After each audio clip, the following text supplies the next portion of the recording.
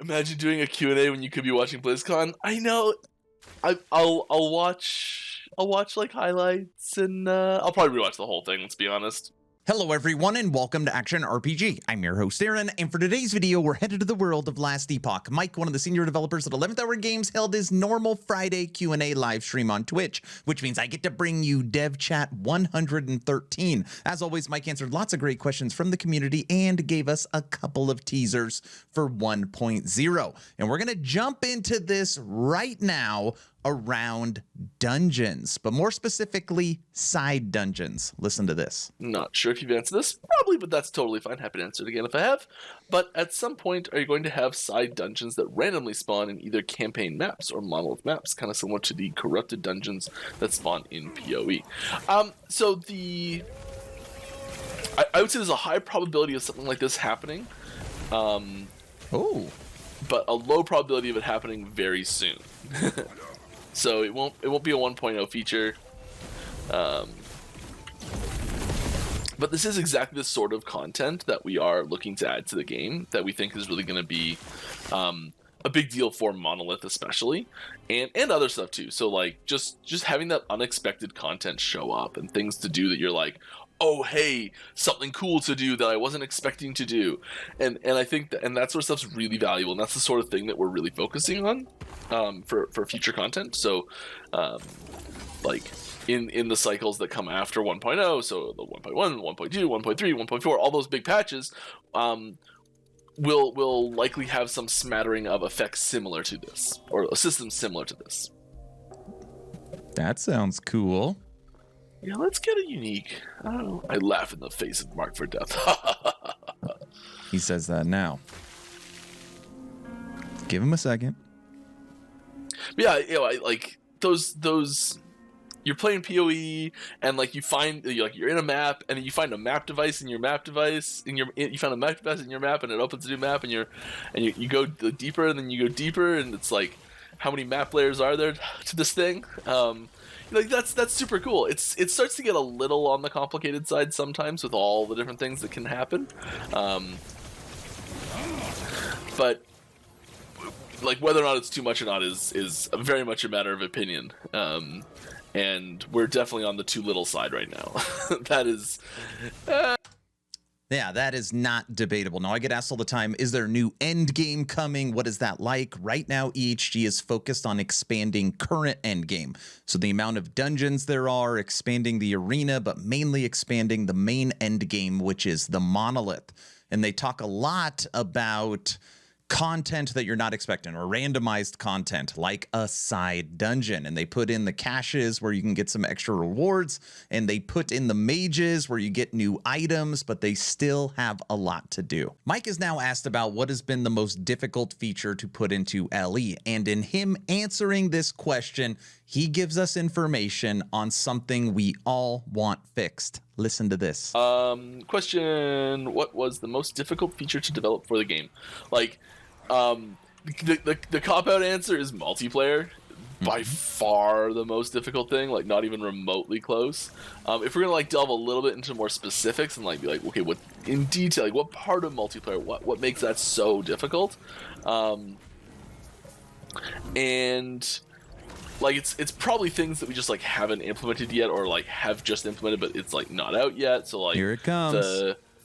How you can still like push enemies around in multiplayer, especially like really large enemies, like the dragon boss. You can still push enemies around for that. I know someone's working on that right now. It's a tough thing to do. How many people out there have fought the Emperor of Corpses, and as a little source you could push it all the way into the corner? I've had so many people reach out and be like, is that a bug? Is that how it's supposed to be? No, it's not. And Mike just said there is someone actively working on it right now. Now, when we were in Germany, there was something that I hammered EHG on, of course, in a respectful way. I brought over Judd and Mike and Boards and Steve, and I was like, you guys got to look at this. It looks so much better this way, because they had a demo running on the TV that basically updated the color of the icon based upon what it was converted to. Listen to Mike. I really want to, something that I was brought up recently, that I still really want to do now, that I was very against before, but I've come around on, is the icon shifting colors. So like Flame Rush right now is a cold Flame Rush, right? Like it's cold, yada yada yada, it does all cold stuff, makes cold runes, it's blue, but the icon's still red. Now we've previously left the icon as the base icon very intentionally. But I've come around now, and I'd like to see, especially with Runemaster, I'd like to see them switch to like this Frostwall being fire, have like a red version of it, and it really can just be color palette swaps. Like it doesn't need to be full redesigns of them. It's actually probably better if it's just a color palette swap, because that way the icon itself stays recognizable. What a great idea. Are you one of those people that wish Last Epoch's visuals were more impressive? Check out teaser number 1. Just for that, you're gonna taunt me like that.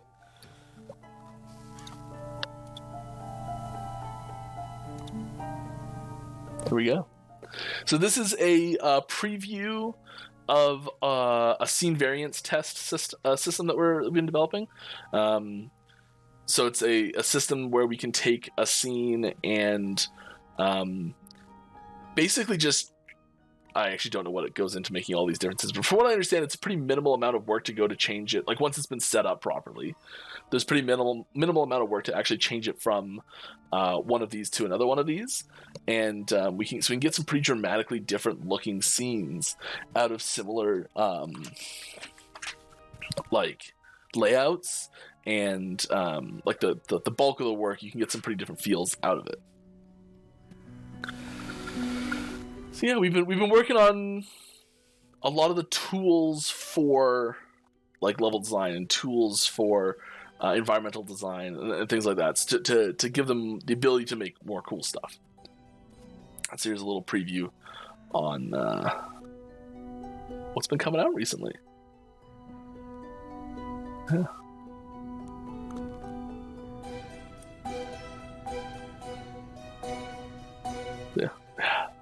It's so funny because like none of the pieces in the world are changing. It's just the like the lighting and like environmental effects that are happening, and yeah, I think it's so cool how stark of a difference they can get from just all these other like special effects changes and lighting changes. Well, lighting's one of those things. I've watched so many tutorials and done like little lighting test projects and trying to set up lighting and post-processing nicely in different situations and learning exactly the details on how that works. And like every time I get near the end of it and I'm just like, okay, well, I can do it in that one very specific situation, but I'm not good enough to like look at a situation and say, hey, what could this use in those departments to make them look better and feel better and play better, all that sort of stuff. How do you unlock factions? If we are talking single player, let's ignore the multiplayer question side of the question for a second. If we're talking single player, there are some. Let's get rid of this guy first. Jumped a little bit. It's coming. Single player. The first time, the way you'll unlock your faction access the first time through the campaign, there will be a specific story event at a specific point in the campaign, and it'll be a quest. It'll be part of the main storyline quest chain. You'll complete the quest and you'll gain access to one of the item factions. Well, both, but you'll pick one. And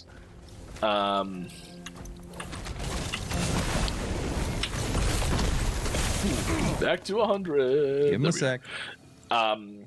Subsequent characters that go through will have access to pick a faction affiliation for that follow-up characters earlier on in the campaign. You won't have to wait all the way till the end.